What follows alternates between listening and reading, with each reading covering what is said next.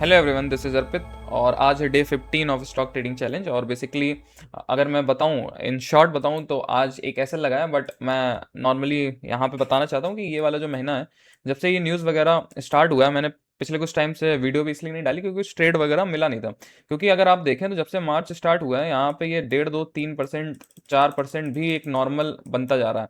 और जब भी प्राइस को ऊपर जाना होता है तो गैप अप ओपनिंग होने के बाद, वहाँ पे एसएल हंट होने के बाद फिर हल्का सा ऊपर जाता है, फिर गैप अप खुलता है। और एकदम से प्राइस कहीं से भी रिवर्स आ जा रहा है क्योंकि न्यूज़ है। ठीक है, तो अगर किसी के साथ और भी हो रहा है ऐसा, तो थोड़ा सा अपनी क्वांटिटीज कम कर सकते हैं इस महीने, जब तक वॉर थोड़ा सा शांत नहीं होता, या फिर एक डायरेक्शन। अब यही दिक्कत हो जाती है निफ्टी वगैरह में कि स्टॉक्स हो गया, निफ्टी हो गया, तो ये मोमेंटम हम कैप्चर नहीं हो पाता क्योंकि हमारा मार्केट 6 घंटे ही खुलता है। उसके बाद वॉर की जो भी न्यूज़ आती है, अगर मार्केट आवर्स में आए तो बहुत अच्छी बात है। बट हमेशा यही होता है कि अब देखो, कल यहाँ पे ट्रंप ने कहा कि हम बात कर रहे हैं वॉर के लिए, प्राइस ऊपर गया था।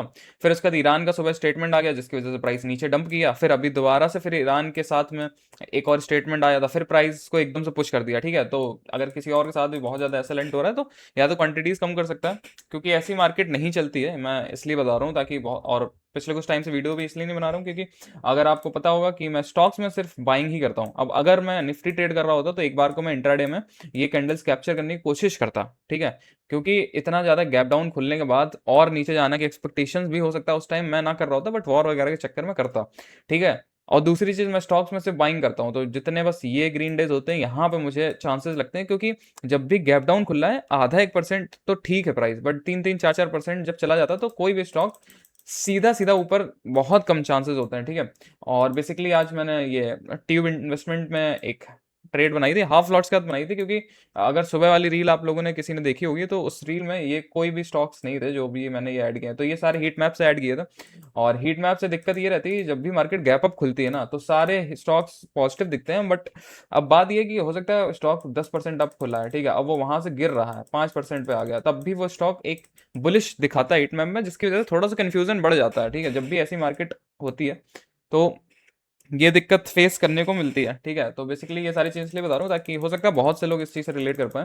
तो बस ये कहूँगा, जितनी भी मार्केट मैंने देखी है, ऐसी मार्केट नहीं रहती है। ठीक है, अगर रह रही है तो मान लो कि मार्च का महीना ही है, नेक्स्ट मंथ से, या फिर देखो अगर वॉर 10-12 दिन, हाँ मैक्सिमम नेक्स्ट मंथ से मेरे हिसाब से ठीक ठाक वापस से मार्केट थोड़ा सा साइडवेज या फिर ठीक ठाक मोमेंटम मार्केट आवर्स में आना स्टार्ट हो जाएंगे, तो अच्छा ट्रेड बनेगा।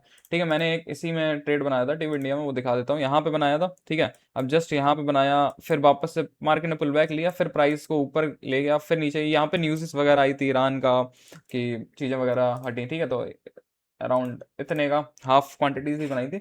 और जैसे कि बताया था, अभी बहुत ज़्यादा इसमें बेसिक सीरीज ही चल रही थी, बट मेरा पहला महीना तो ठीक ठाक था, दूसरे महीने में कुछ ट्रेड नहीं बनी। फिर भी मान लो अराउंड 1000 के उसमें नेगेटिव में है।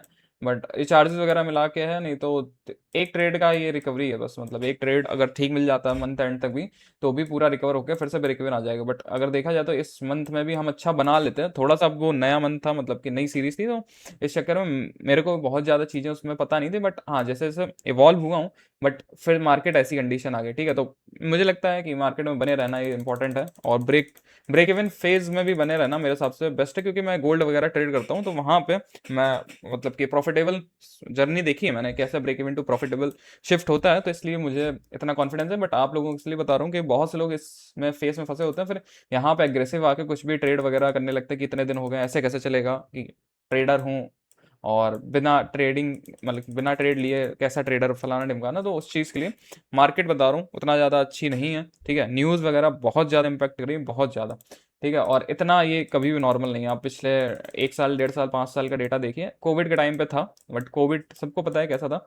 और मार्केट ऐसा नहीं कि वन डायरेक्शन जा रहा है, ठीक है, मतलब आप मार्केट आवर्स में मोमेंटम है, जैसे कि यहाँ भी प्राइस ऊपर जा रहा था, बट मार्केट आवर्स में भी मोमेंटम आ रहा था। ठीक है, तो थोड़ा सा आप वेट करें, अच्छे सेटअप्स मिलेंगे, हो सकता है नेक्स्ट मंथ से मिले। तो इस मंथ थोड़ा सा देख के रहें, वॉर वगैरह जब तक शांत नहीं होता है। तो या तो इंट्राडे कर रहे हो तो ठीक है, इंट्राडे सिर्फ निफ्टी में चल जाता है, मैं स्टॉक्स में सिर्फ बाइंग करता हूँ। ठीक है, क्योंकि मैं उतना ज़्यादा फोकस्ड नहीं हूँ स्टॉक्स को लेके, क्योंकि मैं फॉरेक्स वगैरह करता हूँ, तो एक ही जगह पे फोकस मेरा रहता है।